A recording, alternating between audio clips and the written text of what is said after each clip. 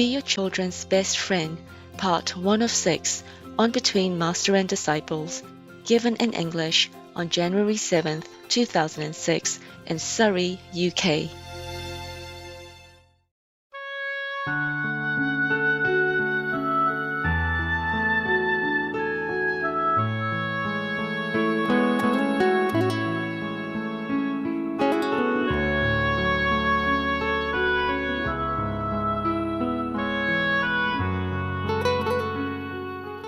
Okay, next one. Hello, Master. I told my wife, I said Master was there, and she said that you're really stubborn, and I said, like, after all this time that I've been practicing, even if you had some doubts, you should by now know that Master is good. She's okay, and she's agreed to get initiated.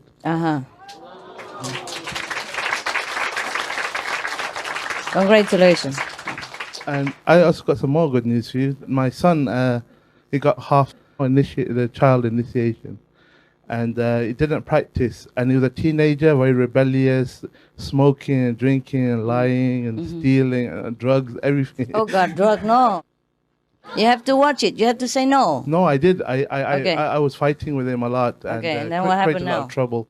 But anyway, eventually, he nearly failed his exams, and all of a sudden, he realized that he would be stuck in this place where he doesn't want to be. He can go a lot further.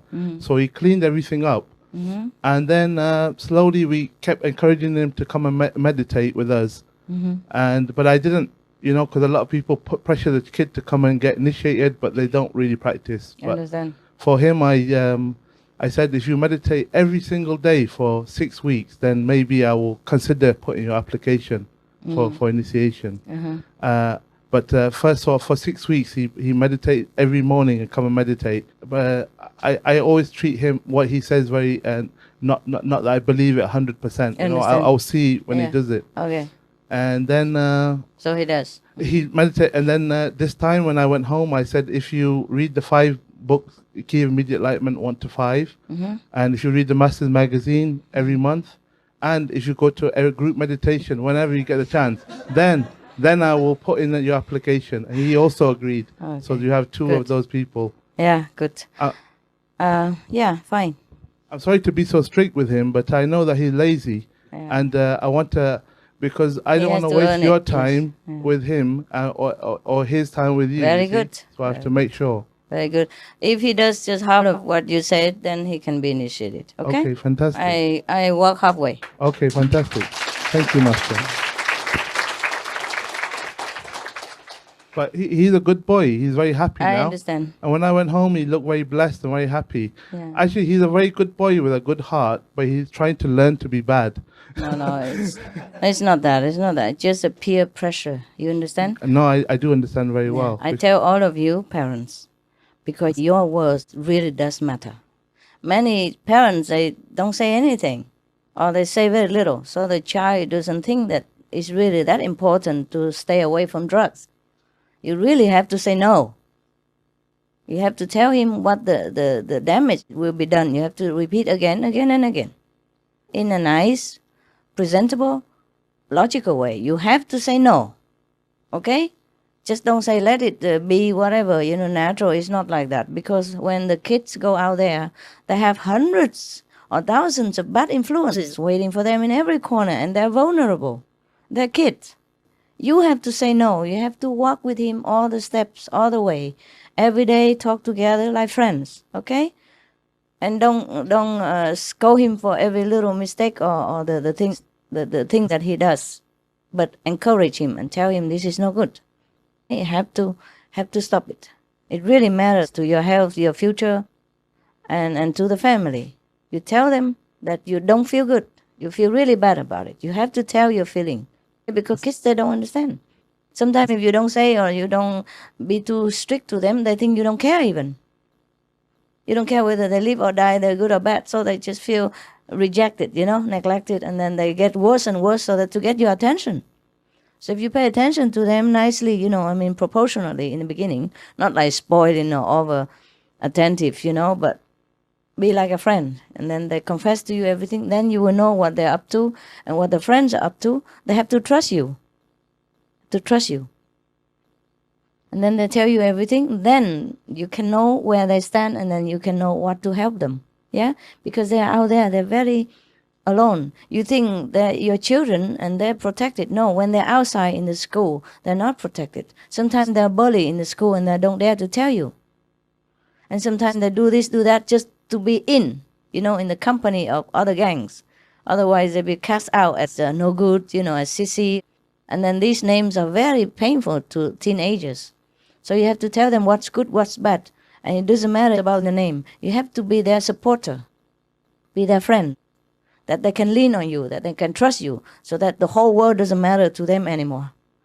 And then they cannot cast a shadow on your children, because a bad society still exists, yeah? Especially kids, other parents don't know how to teach them, and then your kids get bad influences from them, and they all infect each other. You have to plant your feet firm. You have to say no, even if he doesn't like it. He will.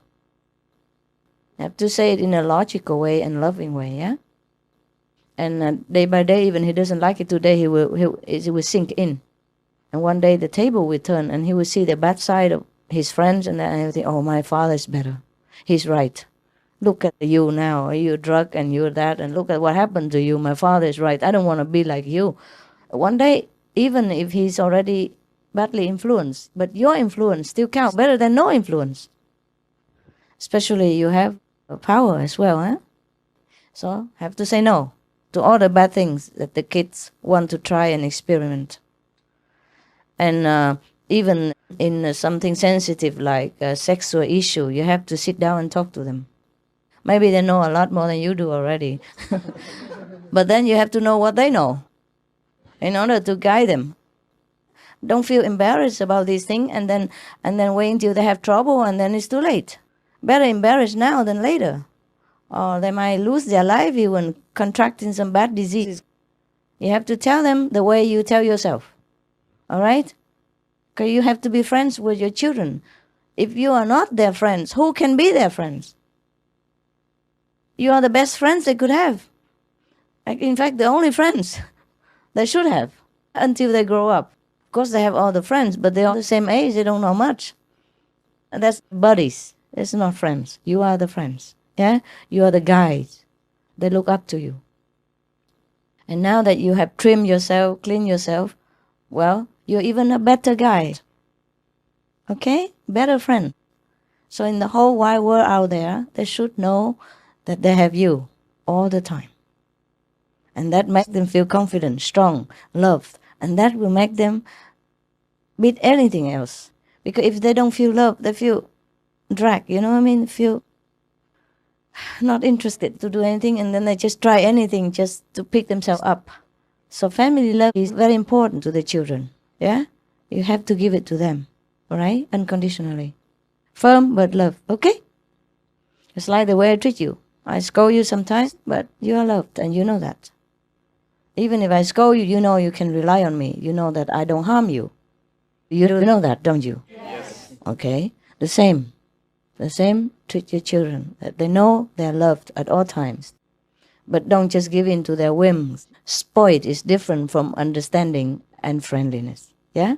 Be a friend, be their friends. Like if they come home and confess to you something bad, like, oh, today I did something that's supposed to be bad. You don't scold them right away. I say, you're a bad boy, and blah, blah, blah. You say, thank you. Thank you for telling me this. Yeah, I really feel very privileged that you tell me these things, even though you know it might be not very good to tell me, but I'm so glad you tell me. And then help them according to their situation. Because they are kids. If they make mistakes, it's because they are kids. Look at you, so grown up, but still make a lot of mistakes. How can kids not make mistakes? So, by the way, guide them, love them, and anytime they confess to you something bad, you don't scold them. You just tell them, you're really glad. You feel privileged that they trust you. And that will make them tell you more. Because mistakes are about to happen. And bad influence is about everywhere to happen. So you should be glad that they tell you something. Yeah? And then according to that, cut it. Okay? All right? Let them tell you. Act like a buddy. Not an authoritative figure. Not too much. Okay, not too much. All right. Oh, it's a very subtle situation. It's not like every family is the same, you know. But the guidelines is that be a friend. Be a friend so they can cry on your shoulder and they can trust you, and then they listen to you. Thank you for bringing it up so I can, by the way, tell everyone.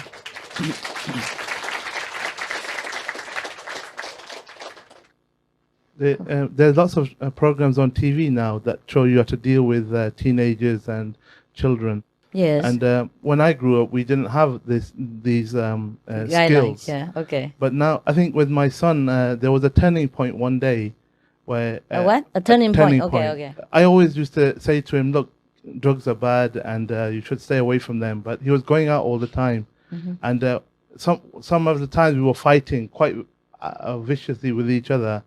And then my wife would be involved as well, and he would get her on his side. Mm-hmm. Then I feel very powerless and angry, and I say, well, you guys, I'll leave you two together. You can do what you like. Mm-hmm. But I always try to give him some good advice. I understand. But that one time he went out, and I told him, look, I don't want you to go out. You're going out every night. I want you to stay in. You know, you can go out on the weekend, but not every day. Yeah. And he went out the night. And so I confiscated his computer. I took it in my room and I locked it in there. Mm-hmm. And he came back and he said, I'm going to go in the room and get the computer. Mm-hmm. And I watched one of these programs the day before. Yes. And in there, the trainer was teaching the teenager how not to get angry. The trainer was in the boxing ring with the teenager. Mm-hmm. And he said to the teenager, I'm going to swear at you. I'm going to wind you up. But if you hit me, then you've lost. Mm-hmm. So I used that technique on my son. Mm-hmm. And whatever he said, he swore to me, he called me this and that, everything. But I said, look, I'm not going to get angry. I love you, but I'm not going to give you your computer back until you stop going out. Right. And then he said he'll see. So he was waiting at the door. And my friend used to come to meditate on a Wednesday night. Mm-hmm. And he thought that I would be embarrassed and give in to him because my friend was there because of this. Yeah. When my friend came and I involved my friend, I said, look, I'm having an argument with my son here. He's going out all the time, so I've confiscated his computer. So if you don't mind, we will meditate in the other room today. And because of that time, because he put so much energy when he was swearing to me and everything, I said, look, I've heard all that before, so I'm stupid, I'm so-and-so, I'm so-and-so. But I love you, but I'm not going to give you your computer back. Right, he doesn't deserve it. Yeah. And then actually, the morning I took the computer to work and left it there for about 2 weeks. And that evening, because I didn't fight with him, he couldn't involve his mother. She was on my side. Understand. And we were both trying to help him. And really lovingly, I told him, I just keep repeating that I love you to him. He said, I hate you. I said, but I love you. I do that. And actually, he lost a lot of power that day. I said, look, I've been with the Supreme Master for 10 years. Don't you think I learned a few tricks? Good.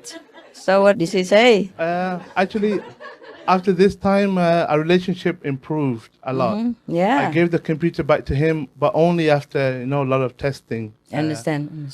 And then I helped him with his study. Because the subjects he's studying, I also graduated in those subjects. Cool. So we made a good relationship like that. Very good. And slowly building. Yeah. And every day I'm seeing he's improving. Yeah, they are in a hard time of their life. Yeah, Teenage, the hormonal race, that's terrible. Because they have a lot of bad influence around them, like you said, like other boys, they with the drugs and everything, and the showing off. I know. And I can see that he's with people who are very low level. He's forcing them to be his friend. They don't even want him, but he's forcing himself there just to fit in. I know. They do that all the time in the school. Yeah, peer pressure. Yeah, just you have to be cool, That's it. Not just to wear the same, but have to act the same. Yeah. And if they drink, you have to drink. Otherwise, you don't get in. They will make fun of you and all that. Just you have to make sure he doesn't have to go through all this suffering for nothing. Tell him the value is not by being cool, but being a good student and intelligent, and be independent.